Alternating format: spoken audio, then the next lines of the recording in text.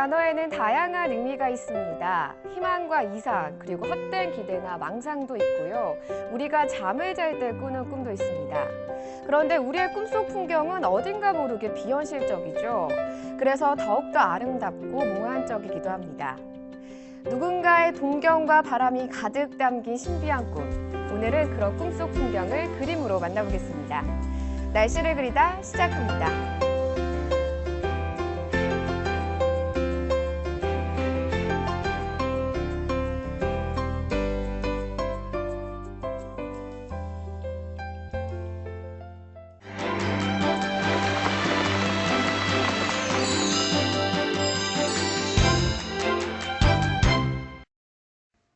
명화 속에 담긴 이야기를 쉽고 재미있게 들려주실 분 소개할게요. 국립현대미술관 최흥철 큐레이터님 나오셨습니다. 안녕하세요. 네, 안녕하세요. 네, 반갑습니다. 네. 오늘은요, 스튜디오가 푸른 나무들로 가득 차 있습니다. 지금 딱 봐도 열대우림 같은데 숲풀이 우거져 있고요. 발가벗은 여인도 보이고 풀숲 사이로 동물들도 있는데 어떤 작품인가요? 굉장히 기묘하고 생기 넘치는 그러면서도 싱싱한 기운이 화폭 가득히 담겨져 있죠. 네. 이 그림은 바로 앙리 루소가 자신의 숨지던 해 1910년에 66세의 나이로 그린 마지막 작품 꿈입니다. 이 그림은 그린 앙리 루소는 제가 가장 좋아하는 화가이기도 해요. 그 이유는 정말 최선을 다해서 자신의 노력과 모든 능력을 자신의 발전을 위해서 죽을 때까지 쏟아부은 표본이기 때문에 네. 제가 굉장히 좋아하는 화가입니다. 오늘 또 최영철 쌤이 좋아하신다는 또 그 앙리 루소의 작품을 가지고 흥미로운 이야기 나눠보려고 하는데요. 자, 그런데 딱 그림을 보니까요. 여기 제 쪽으로 여인이 딱 나체 차림으로 소파 위에 누워 있어요. 그런데 지금 그 밖에 화면에는요, 열대우림이 있는데 좀 대조적이고 좀 어울리지 않는 것 같은데 이 여인은 누구고 왜 이렇게 그려져 있을까요? 이 그림의 주인공은 아무래도 이 여인인 것 같은데요. 네. 루소가 사실은 첫 결혼을 25살에 당시 15살인 클레망스라는 여인과 소녀와 네. 아주 어린 소녀와 결혼을 하고 20년 가까이 이제 부부로 살면서 7명의 자녀를 낳습니다. 여인인가요? 근데 유감스럽게도 네. 그 여인, 그 첫 번째 부인 클레망소가 아니고요. 네. 이 여인의 이름은 루소가 직접 이 그림에 붙인 시로 네. 남아 있는데요. 네. 폴란드 여인 야드비가라는 이름을 가진 아름다운 여인이었다고 해요. 네. 이 여인은 루소가 아마도 결혼해서 살던 유부남이었을 시절일 것 같은데 네. 비밀스럽게 사랑했던 네. 굉장히 그리고 열렬히 사랑했던 그런 여인이라고 생각이 되는데요. 네. 이 여인이 이 우거진 정글 가운데에서 네. 붉은 소파가 하나 있고 그 위에서 비스듬히 몸을 일으키고 있어요. 네. 이 그림의 전경이 굉장히 이상하죠. 네, 그러니까요. 말이 안 되는 그런 열대우림에 누가 소파를 버려놨을까요? 요즘 같으면 그럴 수 있어요. 네. 근데 이 여인은 정말 루소가 진짜 사랑했다는 게 느껴지는 게 이 여인의 벗은 몸이 이제 몸을 일으키는 순간에 이 여인의 눈으로 환상과 현실이 뒤범벅이 된 아주 신비한 그런 공간이 이제 보여서 뒤섞이는 그런 그림을 남긴 건데 그것도 자기가 가장 죽기 전에 마지막 그림으로 남겼어요. 네. 그러면 이 여인이 루소에게 주는 진정한 의미는 이런 싱그러움, 싱싱한 생명, 그리고 사랑스러움 네. 이런 것들이 영원히 루소에게는 야드비가가 그런 이미지로 남아있다. 네. 이런 의미로 볼 수가 있습니다.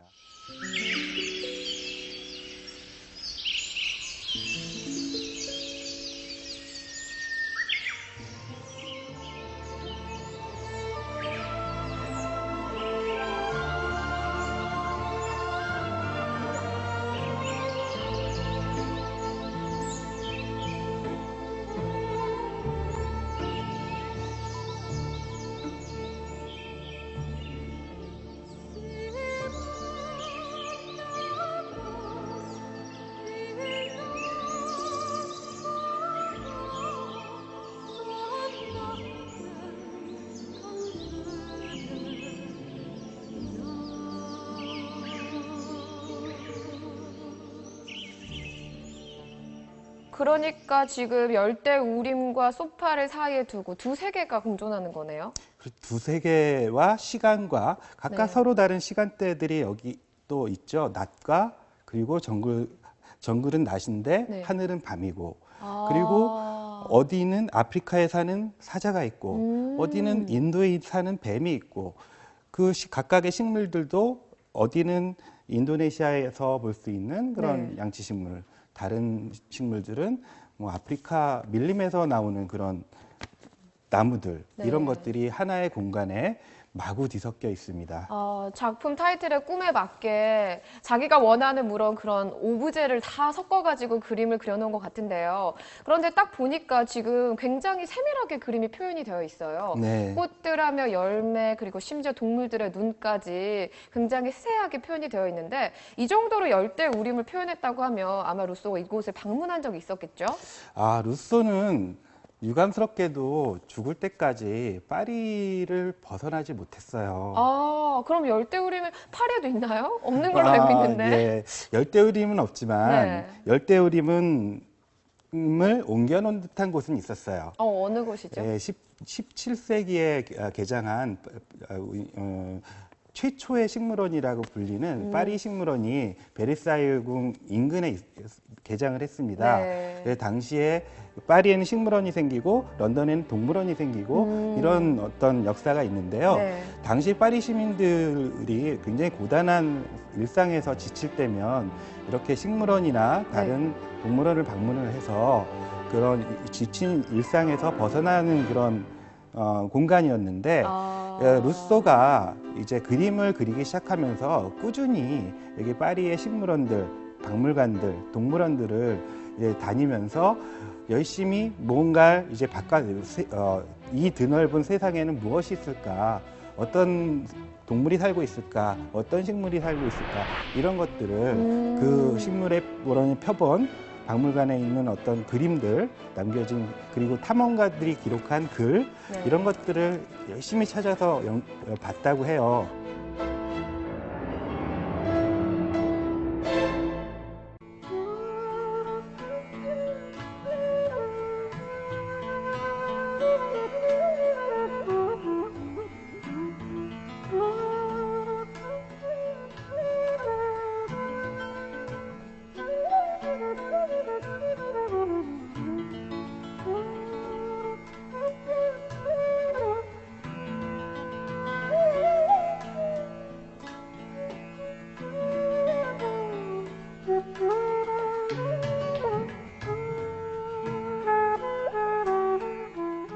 상상 속에 사물들을 그려서 그런지 조금 저희가 이렇게 날씨를 그리다를 통해서 많은 작품들도 만나고 많은 화가들도 만나봤지만 그림이 조금은 그런 화가들에 비해서 아마추어적 같다라는 느낌이 딱 들어요. 네, 잘 보셨는데요. 네. 당시 루소는 정말 그림을 자신이 잘 그린다고 생각을 했고, 네. 그리고 잘 그리기 위해서 노력을 정말 아끼지 않았어요. 그렇지만 지금 우리 현대인의 눈으로 보기에도 좀 왠지 좀 서투른 네. 것 같고 부자연스러워 보이고 조금 어색해요. 크기도 다 똑같은 것 같고. 예, 직설적이고 네. 또 어린아이 그림 같기도 하고요. 네, 네, 맞아요. 당시 루소가 살던 시절에는 파리 미술계가 딱 양분이 돼 있었어요. 어떻게요? 한쪽은 인상파, 한쪽은 관악파, 아카데미즘이라고 하죠. 네, 네. 이 두 세력 간에 팽팽히 균형이 나눠져 있었는데 네. 루소는 정말 그림을 잘 그려서 유명하고 부유한 화가가 되고 싶었지만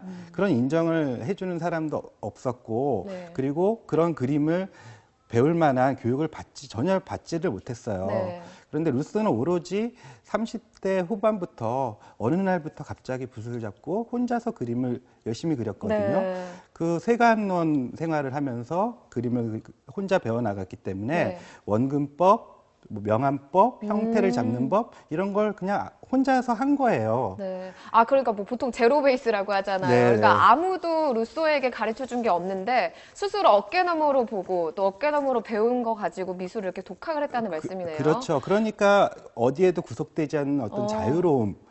이게 루소 그림의 가장 큰 힘이고 매력입니다. 그게 자유로움이라는 게 가장 큰 힘이고 매력이라고 말씀하셨지만 왠지 그 당시 살고 있었던 사람들은 이 그림이 굉장히 파격적이었을 것 같아요. 그 당시 사람들은 이 그림을 어떻게 평가했을까요? 당시 루소가 그 주말에는 오로지 그림만 그리는 네. 일요일의 화가, 네. 일요화가, 네. 아마추어를 우리는 일요화가라고 많이 지칭을 하는데요.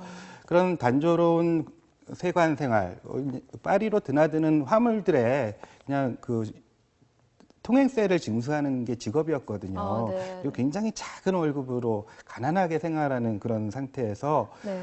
가족들은 어떻겠어요? 그 가족들은 배고프죠. 배고프고 네.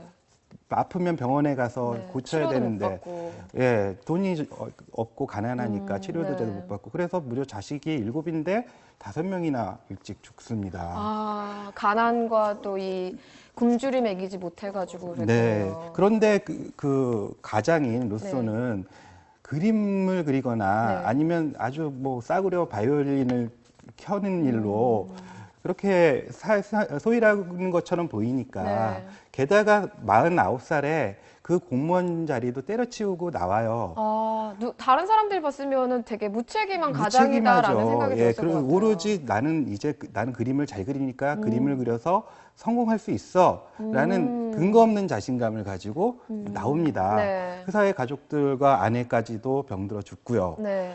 그러니 주변에서 그림을 떠나서 사람에 대한 평판이 네. 좋을 리가 없었겠죠.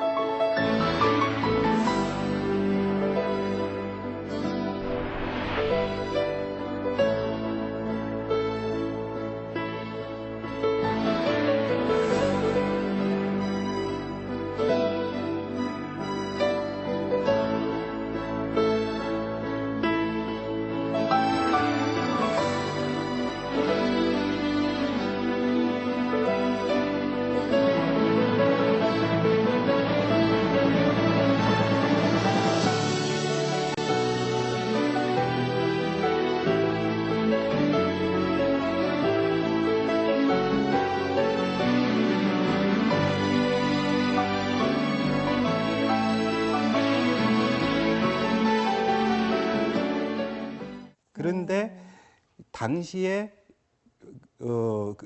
주변 사람들은 아주 비난과 경멸의 시선을 보냈을지 모르지만 당대 최고의 시인 네. 아폴리네르는 달랐어요. 아, 어떡해요? 우연히 루소를 알게 되고 네. 루소의 그림을 보고 굉장히 깊은 인상을 받습니다. 아, 보통 사람들은 조금 핍박하고 이게 뭐냐 막 했는데 그쵸. 그분은 그렇게, 딱 이 사람의 엉터리다. 재능을 알아본 거네요. 네, 재능을 한눈에 알아보게 됩니다. 네. 그리고 그 어렵게 생활하는 앙리 루소를 위해서 그림을 주문해요. 아. 그 자기의 사랑하는 애인, 아주 유명한 여인인데요. 마리 로랑생이라는 로랑생. 이름을 가진 네. 아주 유명한 여인입니다. 네. 그 여인의 초상화를 네. 무려 4만 프랑에 네. 주문을 합니다. 4만 프랑이요? 4만 프랑이 어느 정도 큰 돈이냐면요. 네. 루소가 받는 연금이 고작 한 달에 50프랑이었어요. 그럼 한 달 월급보다 월급과 비슷한 맞먹는 뭐 정도네요. 1년에 받는 돈의 뭐 몇 배가 그렇죠, 넘는 거죠. 그렇죠. 그런 돈을 거금을 루소를 위해서 선뜻 놓을 정도로 그의 가치를 높이 평가를 했고 네. 심지어는 자신이 생각하기에 루소를 도와주기 위해서 다른 예술가들과의 교류가 필요하다고 생각을 했던지 네. 파블로 피카소를 소개시켜줘요. 세계 화가잖아요. 천재 화가 천재 피카소요. 화가. 아. 네. 당대에도 20대 피카소는 천재 화가로서 네. 젊은 나이에 명성과 부를 모두 가졌죠. 모두 가지고 네. 또 미술계에서도 유명한 인사로 그렇죠. 굉장히 거장. 사교적이거든요. 네. 피카소가 루소의 그림을 보고 한눈에 반해요. 그래서 루소가 그린 그림들을 네. 최대한 많이 사모읍니다. 아, 덕분에 앙리 루소는 부자가 됐겠어요. 조금 편해졌겠죠. 아. 그런데 그게 너무 늦은 나이예요. 63세. 그러면 지금 보니까 앙리 루소가 1844년에 태어나서 1910년에 죽을 맞이했는데 거의 죽기 직전이었네요. 그렇죠. 뒤늦게야 진짜 천재로부터 당신은 진짜 천재입니다라는 말을 루소가 듣게 됩니다. 그래서 죽기 2년, 3년 전 얘기예요. 네. 그러니 이 아마추어이자 뭐 형편없는 무능한 그 가장이었던 루소는 정말 나는 화가가 되길 잘했다.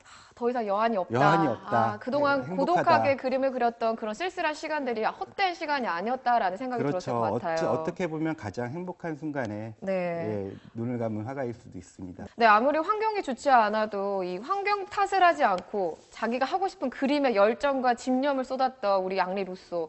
이 앙리 루소의 모습을 보면서요. 요즘 분들은 좀 뜨끔하신 분들 많을 것 같아요.